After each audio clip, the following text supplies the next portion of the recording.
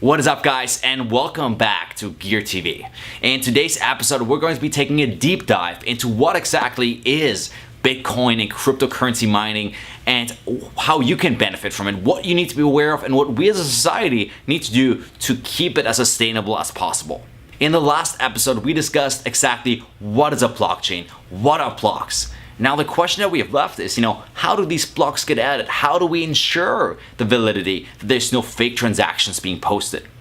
In order to do that, the creators of Bitcoin decided we needed some kind of randomized process. And what better way than to create a competition around it? You see, every 10 minutes, when new transactions get added in the form of a block, there's a competition, there's a puzzle to be solved. The way the puzzle works is that essentially, in order to complete the puzzle, you need to enter a string of numbers that matches with the solution. Meaning you have no way to re-engineer it. All you can really do is enter a random string of numbers and hope that it is right. So because, of course, doing that manually is just impossible, what people have done is create machines that do these in rapid pace. They try hash after hash after hash, which is where you might have heard the term hashing power from. How many strings can we enter per minute? And in general, it always only takes 10 minutes. If the system recognizes that, we're starting to solve these problems a lot faster than 10 minutes because there's so many computers competing to solve it at the same time, then they increase the difficulty. They make the string that you need to solve longer by removing a zero and making it so that there's more possibilities in terms of what kind of number it could be. Now, why do all these people go through the trouble of running computers, running machines in order to solve that puzzle? It's very simple. Every single block that gets solved is rewarded in Bitcoin.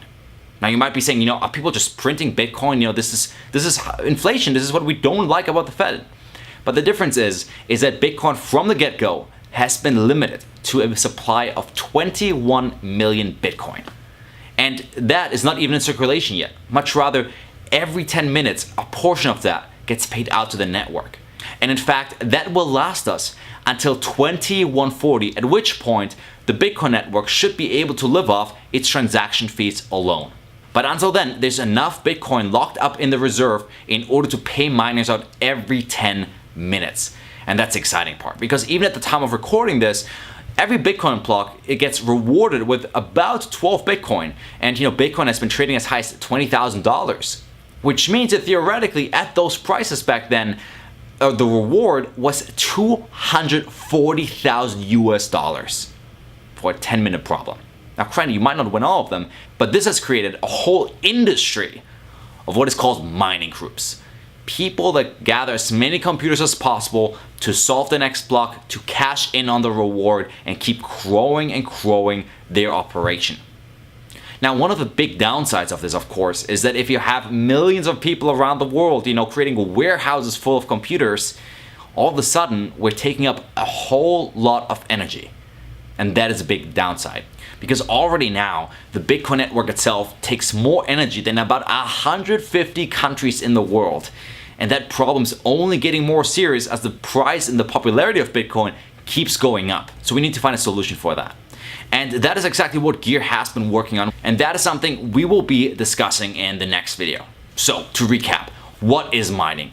With mining, essentially, every 10 minutes on the Bitcoin blockchain, we're solving problems in order to verify the process, in order to make it random so that one out of millions of computers will be able to enter the next block so that nobody can predict who will be entering the next block. On top comes that whoever wins gets rewarded handsomely in Bitcoin, which has made it a very popular and growing industry. And lastly, we need to be aware, because it is growing, because it is becoming more and more popular, the energy demands are ever rising. And it's taking a huge impact on the environment. And we need to do something in order to make it both successful and sustainable. And that's what Gear is here to do. I'll see you in the next episode.